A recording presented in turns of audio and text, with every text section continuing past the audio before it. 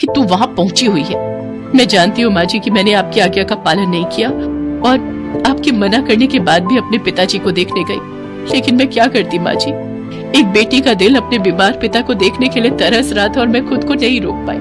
अब मुझे तुम्हारे कोई बहाने नहीं सुनने, अभी के अभी तुम मेरे घर से निकल जाओ। तभी वहाँ चांदनी भी आ जाती है और सपना की तरफदारी करते हुए चांदनी और प्रज्ञा लता रानी से कहती है, माँ जी अगर दीदी इस घर से जाएगी तो मैं भी इस घर में नहीं रहूंगी।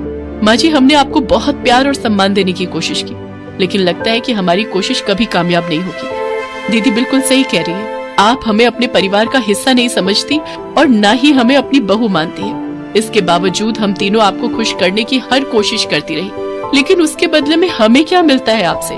अगर तुम तीनों को इतनी ही तकलीफ है तो चली जाओ यहाँ से। तुम तीनों यहाँ रह भी अपनी मर्जी से ही रही थी और अगर जाना भी चाहती हो तो अपनी मर्जी से जाओ। मैं तुम तीनों को नहीं रोकूंगी और अगर मेरे घर में रहना है तो मेरा अत्याचार तो तुम्हें सहना ही पड़ेगा। तीनों बहुएं एक साथ वो घर छोड़कर अपने अपने मायके चली जाती हैं। ऐसे ही कुछ दिन बीत जाते हैं। अब लता रानी पूरे घर में अकेले ही रहती थी। अकेली रहते हुए उसे अपनी बहुओं की कीमत समझ आती है और उसे इस बात का एहसास होता है कि उसकी बहुएं नहीं बल्कि बेटियां थी, जो दिन रात उसकी सेवा में लगी रहती थी और उसके हर एक अत्याचार को सहती थी।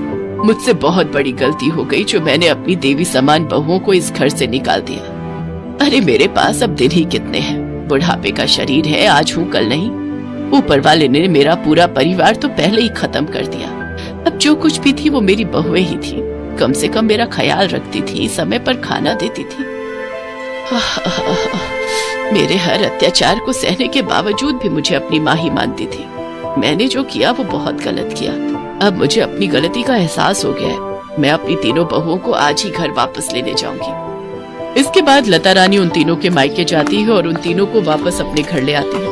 उस दिन के बाद से लता रानी का व्यवहार अपनी तीनों बहुओं के लिए बदल जाता है। फिर वो सभी हंसी खुशी